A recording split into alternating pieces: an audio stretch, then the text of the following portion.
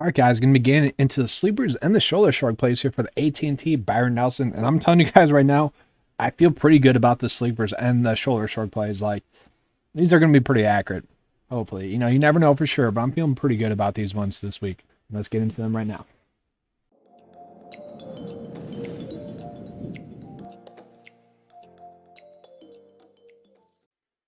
All right, so the first sleeper pick that I'm going to give you guys is actually going to be Ben Martin here.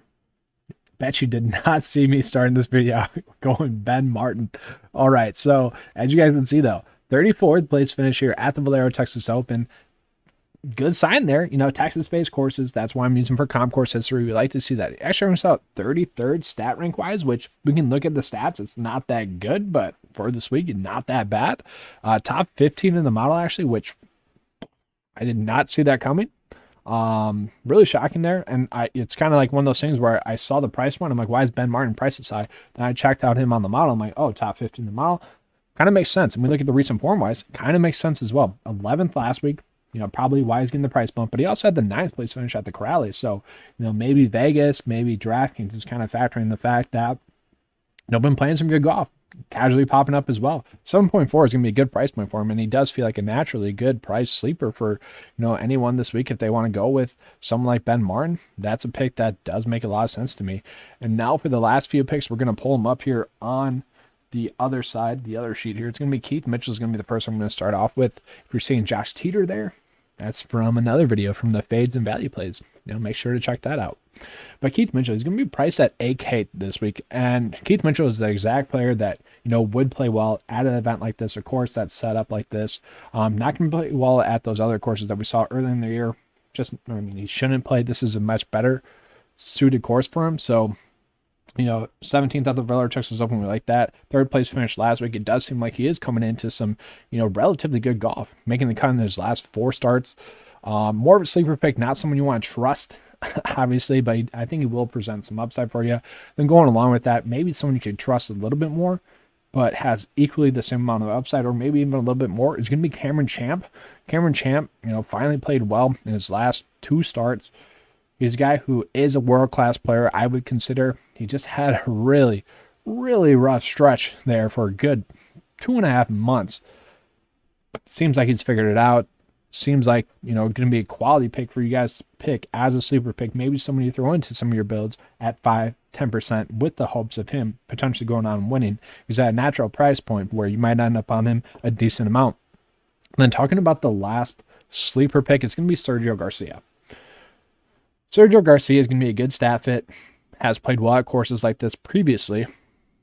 Not going to have good course history rank here specifically because he only has 1 start over the last 4 years for the comp courses that I'm looking at. But Sergio, very hit or miss really throughout the last 2 years of his career, but he easily could go ahead and put together a top 5, top 10 finish this week. And it won't be shocking at all because he does rank out really well stat fit wise.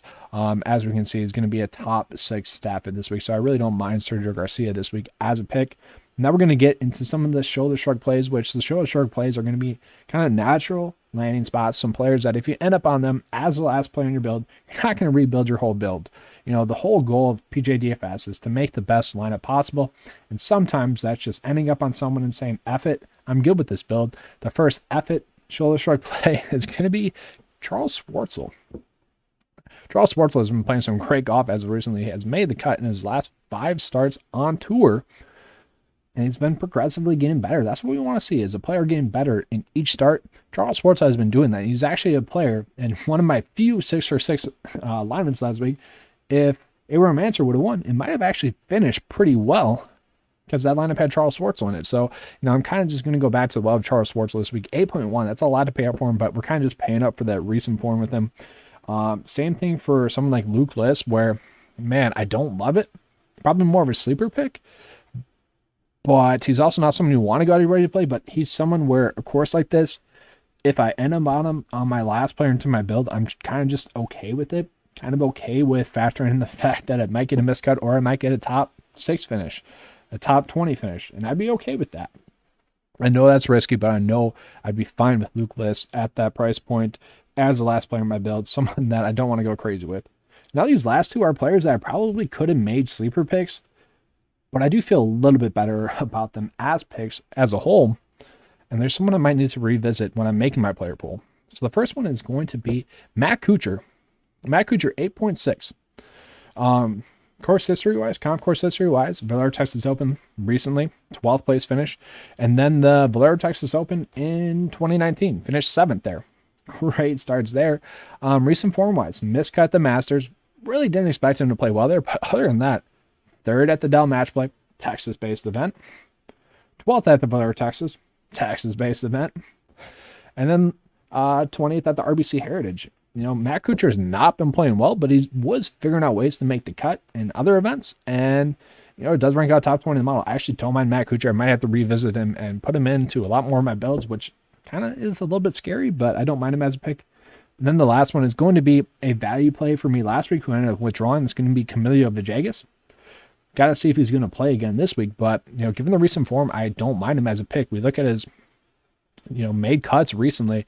Top 10 at the Honda, top 20 at the Valero, top 25 at the RBC Heritage, and then a top 12 finish at the Valspar. Did miss a cut at the Corrales, but Camilo Villegas has been playing some good golf, and we're getting him at a cheaper price point simply due to the fact that he didn't play last week. Had he made the cut, he would have probably been priced right by Charles Schwartzel because they have equally, you know, probably as good of recent form. So, you know, some good plays for us to go with this week. But that is all I have for you guys for the sleepers and the shoulder shrug picks. If you guys enjoyed this video, please give me a like and subscribe. If you guys want to join 9 to 5 Nation and use the tools that we're seeing in this video, click the link in the description below. And as always, guys, let's keep cashing. Bacha.